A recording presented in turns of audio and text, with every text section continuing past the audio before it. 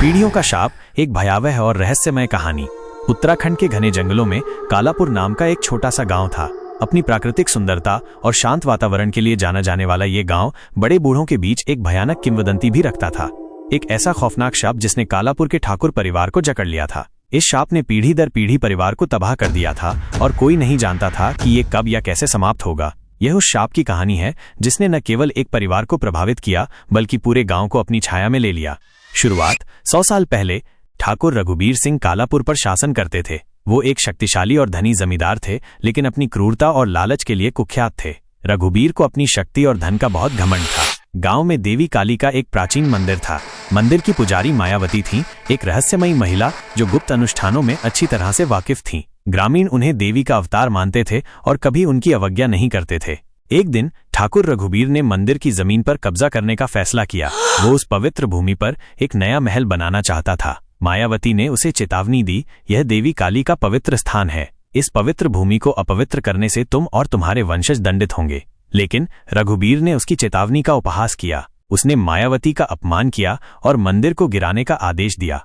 उस रात जब मंदिर तोड़ा जा रहा था, मायावती उसके सामने खड़ी थीं, उनकी आंखें जल रही थीं। उन्होंने ठाकुर रघुबीर को शाप दिया, तुमने देवी काली का अपमान किया है। आज से तुम्हारा वंश कभी शांति नहीं जान पाएगा। तुम्हारी हर पीढ़ी में तुम्हारे परिवार का एक पुरुष असामान्य और दर्दनाक मौत मरेगा। यह शाप तब तक रहेगा जब तक तुम्हारा रक्त देवी से क्षमा नहीं मांगता और पश्चाताप नहीं करता। तुम्हारी आत्मा को कभी शांति नहीं मिलेगी और वो हमेशा इस गांव में भटकती रहेगी। उस रात के बाद मायावती गायब हो गईं। कुछ ने कहा कि वो जंगल में चली गईं, दूसरों का मानना था कि देवी उन्हें ले गई। लेकिन शाप तुरंत शुरू हो गया। कुछ ही दिनों में ठाकुर रघुबीर अपने महल की छत से गिरने के बाद मर गए। उनके शरीर पर एक अजीब काला निशान था, जैसे कि उनकी त्वचा पर कुछ लिखा हो। पहली पीढ़ी, ठाकुर रघुबीर का बेटा।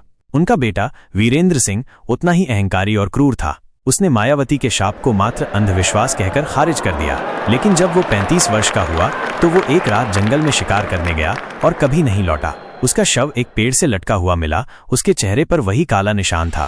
पूरे गांव में दहशत फैल गई। कुछ ने कहा कि यह मायावती की आत्मा का बदला था, दूसरों ने इसे देवी काली का प्रकोप कहा। दूसरी पीढ़ी, वीरेंद्र का बेटा।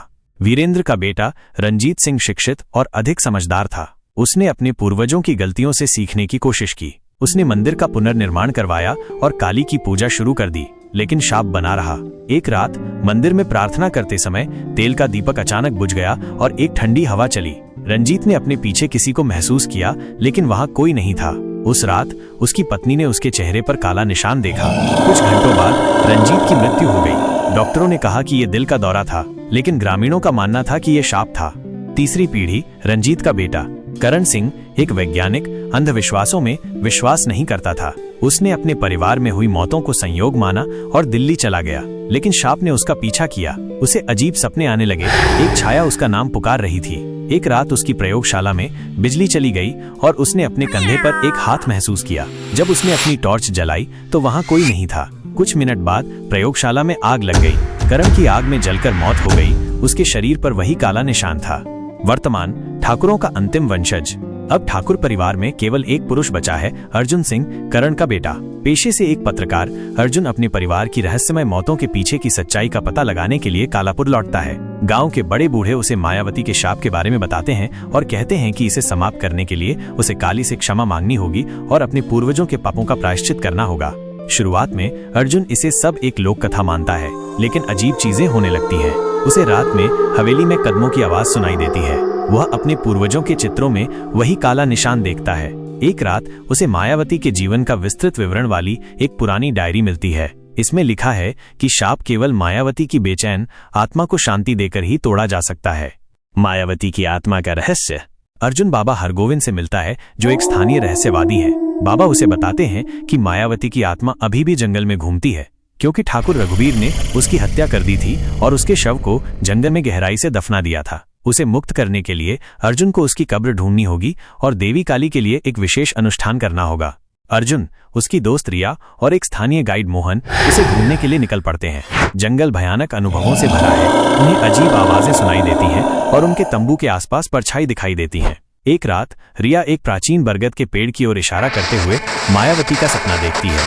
अगले दिन वे उसके नीचे खुदाई करते हैं और मायावती के लॉकेट के साथ एक कंकाल पाते हैं। अंतिम अनुष्ठान और शाप का अंत। अर्जुन और बाबा हरगोविंद कंकाल के पास पवित्र अनुष्ठान शुरू करते हैं। हवा तेज हो जाती है और आकाश काला पड़ जाता है। अचानक मायावती की आत्मा प्रकट होती है, क्रोधित और ऊर्जा से भरी हुई। वह घोषणा करती है कि ठाकुरों ने उसका और देवी का अपमान किया है। अर्जुन क्षमा मांगता है और पापों का प्रायश्चित करने की पेशकश करता है। मायावती कहती हैं, तुम्हारे रक्त को इस पाप को धोना होगा। अर्जुन डर जाता है, लेकिन वो सहमत हो जाता है। बाबा उसे एक विशेष खंजर देते हैं और अर्जुन काली की मूर्ति को अपना रक्त अर्पित करता है। जैसे ही उसका रक्त मूर्ति को छूता है, एक तेज रोशनी चमकती है और मायावती की आत्मा गायब हो जाती है। हवा शांत हो जाती है और आकाश साफ हो जाता है। अनुष्ठान के बाद अर्जुन राहत महसूस करता है। हवेली वापस आकर वो देखता है कि चित्रों पर से काले निशान गायब हो गए हैं। ग्रामीण कहते हैं कि हवेली में भयानक शोर बंद हो गया है। अर्जुन को विश्वास हो जाता है कि शाप हट गया है, लेकिन कहानी यहीं खत्म नहीं होती। महीनों बाद दिल्ली में अर्जुन मायावती को मुस्कुराते हुए सपने में देखता है और वो कहती है, शाप खत्म हो गया है, लेकिन देवी की आंखें हमेशा तुम पर रहेंगी। वो जाग जाता है, ये सोचकर क्या ये वास्तव में अंत था या सिर्फ एक नई शुरुआत। ये कहानी हमें सिखाती है कि हमारे कर्मों के परिणाम न केवल हमें बल्कि आने वाली पीढ़ियों को भी प्रभावित कर सकते हैं। पवित्र का अनादर करना और अन्याय करना गंभीर दंड ला सकता है।